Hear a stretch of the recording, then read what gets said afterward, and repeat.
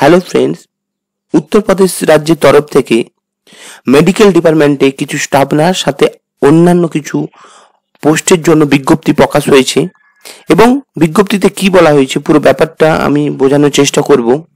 আপনারা এটা দেখছেন, এটা হচ্ছে উত্তরপ্রদেশের মেডিকেল ডিপার্টমেন্টের পুরো অফিসিয়াল একটা বিজ্ঞপ্তি এবং বিজ্ঞপ্তিটি কিভাবে ডাউনলোড করবেন। এই যে এখানে একটা ওয়েবসাইট আছে, দেখুন sgpgims.org.in।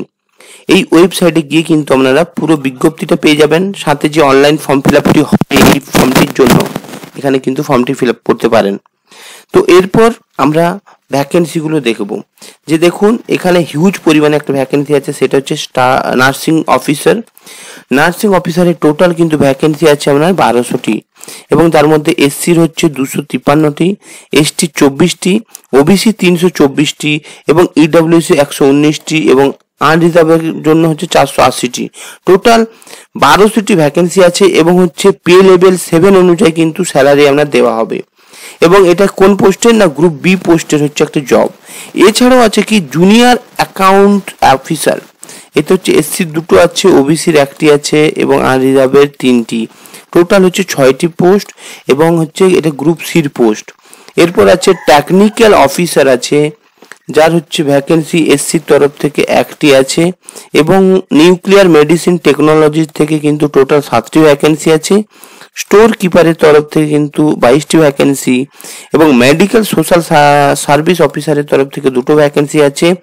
সিনিয়র অ্যাডমিনিস্ট্রেটিভ অ্যাসিস্ট্যান্টের তরফ থেকে 32টি ভ্যাকেন্সি এবং স্টেনোগ্রাফারের 64টি ভ্যাকেন্সি আছে। সিএসএসডি অ্যাসিস্ট্যান্টের তরফ থেকে 20টি ভ্যাকেন্সি এবং ড্রাফটম্যানের তরফ থেকে হচ্ছে 1টি ভ্যাকেন্সি এবং হসপিটাল অ্যাটেন্ডেন্টের তরফ থেকে গ্রেড 2 এর 43টি ভ্যাকেন্সি। মানে বুঝতে পেরেছেন ভ্যাকেন্সি কিন্তু খুব হিউজ লেভেলে আছে, যেটা কিন্তু উত্তরপ্রদেশ রাজ্যের জন্য। এবং এখানে কিন্তু ক্যাটাগরাইজ ভাগ করা আছে, আপনারা ক্যাটাগরি ওয়াইজ দেখে নেবেন। এরপর কিছু ব্যাকলগ ভ্যাকেন্সি আছে, যেগুলো কিন্তু আনফিল্ড ভ্যাকেন্সি যাকে বলা হয়। তো এখানে কিন্তু ওটি অ্যাসিস্ট্যান্টের ক্ষেত্রে টোটাল কিন্তু ভ্যাকেন্সি 81টি খালি আছে, যেটা গ্রুপ সির পোস্ট। তো টোটাল এখানে এই ভ্যাকেন্সিগুলো মোটামুটি খালি আছে। তো আপনারা কিন্তু যদি ফর্মটা ফিল আপ করেন, তো যে ওয়েবসাইটটি বললাম সেখানে কিন্তু অনলাইনের থ্রুতে আপনারা ফর্মটা ফিল আপ করতে পারেন। এই হচ্ছে তার অফিসিয়াল ওয়েবসাইট। এরপর আমরা দেখব কি না অ্যাপ্লিকেশন ফিস কি আছে। এখানে দেখুন আনরিজার্ভ ক্যাটাগরির জন্য কিন্তু অ্যাপ্লিকেশন ফিস হচ্ছে 1000 টাকা, সাথে হচ্ছে 18% জিএসটি মানে 180 টাকা, টোটাল 1180 টাকা। এবং ওবিসি ও ইডব্লিউএস এর ক্ষেত্রেও কিন্তু সেম 1180 টাকা এবং এসটি এর জন্য হচ্ছে 600 টাকা লাগবে এবং হচ্ছে জিএসটি হচ্ছে 108 টাকা, টোটাল 708 টাকা। আরেকটা বলে রাখি, যেহেতু আপনারা ওয়েস্ট বেঙ্গল থেকে অ্যাপ্লাই যদি করে থাকেন তাহলে কিন্তু আপনারা উত্তরপ্রদেশের রাজ্যের জন্য করছেন, কিন্তু আপনারা কিন্তু কোনো কাস্টের হিসাবে কিন্তু অ্যাপ্লিকেবল হবে না, আপনারা জেনারেল হিসেবে কিন্তু স্বীকৃতি লাভ করবেন। এরপর হচ্ছে এজ ক্রাইটেরিয়া কি আছে। এজ ক্রাইটেরিয়া কিন্তু যেমন বলাই আছে গভর্নমেন্ট রুল অনুযায়ী এসসি এসটিদের 5 বছর, ওবিসিদের 3 বছর, এছাড়া ফিজিক্যাল হ্যান্ডিক্যাপদের 10 বছরে কিন্তু এজ রিল্যাক্সেশন আছে। এরপর আমরা দেখবো যে এজ ক্রাইটেরিয়াতে কি বলা হয়েছে। এখানে দেখুন 1 জানুয়ারি 2025 অনুযায়ী ম্যাক্সিমাম এজ কিন্তু 40 বছর বয়স পর্যন্ত হলে হবে, আপনি ফর্মটি ফিল আপ করতে পারবেন। এরপর আছে আপনার কিছু এসেনশিয়াল কোয়ালিফিকেশন বা এডুকেশনাল কোয়ালিফিকেশন, সাথে কিছু এক্সপিরিয়েন্সের ক্রাইটেরিয়া কি বলা হয়েছে এখানে সেটা আমি বলার চেষ্টা করছি। আপনারা যদি নার্সিং অফিসারের জন্য অ্যাপ্লাই করতে চান তাহলে আপনার এলিজিবিলিটি ক্রাইটেরিয়া কি আছে। আপনাকে অবশ্যই বিএসসি নার্সিং বা BSc nursing from Indian national council থেকে কিন্তু আপনার বিএসসি নার্সিং কমপ্লিট করতে হবে, বা যদি আপনারা জিএনএম করে থাকেন তাহলে জিএনএম সার্টিফিকেট, সাথে হচ্ছে জিএনএম কোর্স, সাথে হচ্ছে রেজিস্ট্রেশন এবং 2 বছরের এক্সপিরিয়েন্স থাকতে হবে মিনিমাম 50 বেডের হসপিটালে কাজ করার। এরপর আছে junior account officer. Junior account অফিসারের জন্য আপনাকে অবশ্যই অ্যাকাউন্টেন্সিতে কিন্তু 50% বিকমে 55% মার্কস থাকতে হবে, সাথে অ্যাকাউন্টেন্সিতে 2 বছরের ওয়ার্ক এক্সপিরিয়েন্স থাকতে হবে। এরপর আছে টেকনিক্যাল অফিসার বা সিডব্লিউএস।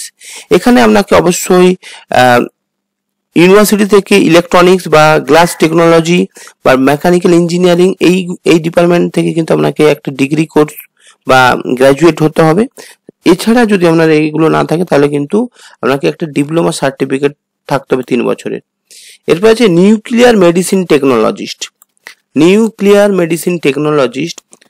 এখানে দেখুন বিএসসি লাইফ সায়েন্সে বিএসসি থাকতে হবে বা এখানে ক্রাইটেরিয়া গুলো একটু দেখে নেবেন। এছাড়াও আছে স্টোর কিপারে আপনাকে গ্র্যাজুয়েট হতে হবে বা গ্র্যাজুয়েট না থাকলে পোস্ট গ্র্যাজুয়েট বা হয়তো ডিপ্লোমা ইন ম্যাটেরিয়াল ম্যানেজমেন্ট এই ডিগ্রি থাকলেও কিন্তু আপনারা স্টোর কিপারের জন্য অ্যাপ্লাই করতে পারবেন। এছাড়াও আছে মেডিকেল সোশ্যাল সার্ভিস অফিসার। এখানে আপনাকে অবশ্যই সোশ্যাল ওয়ার্কে কিন্তু মাস্টার ডিগ্রি থাকতে হবে।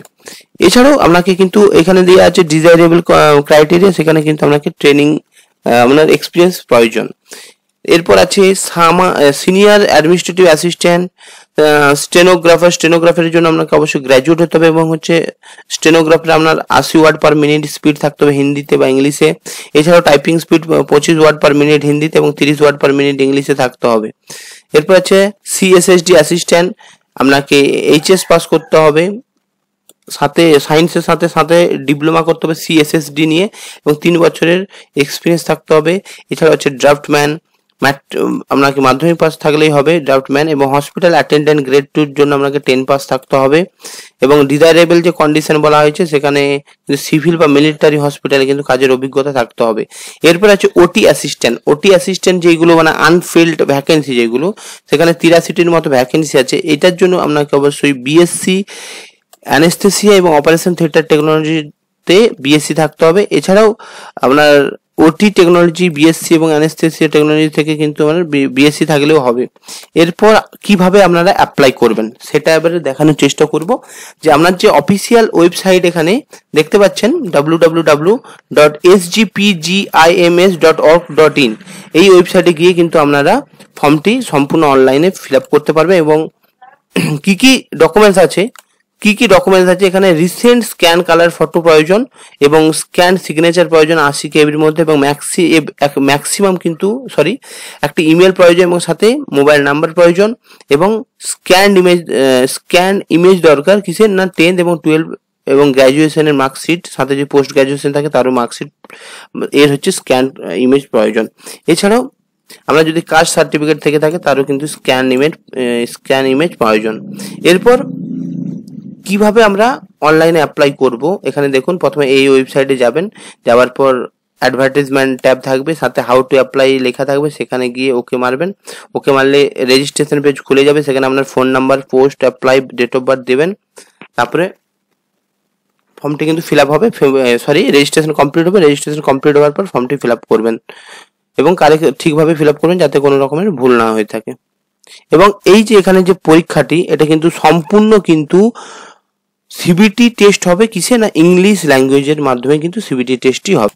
এরপর আমরা দেখে নেব যে অ্যাপ্লিকেশনটি কবে শুরু হয়েছে। দেখুন অ্যাপ্লিকেশন কিন্তু 12 জুন 2025 অলরেডি শুরু হয়েছে এবং এটি চলবে 30 জুন 2025। মোটামুটি বেশি দিন সময় নেই, ফর্মটা তাড়াতাড়ি ফিল আপ করবেন। এরপর আমরা দেখে নেব যে এখানে স্যালারি স্কেল কেমন আছে।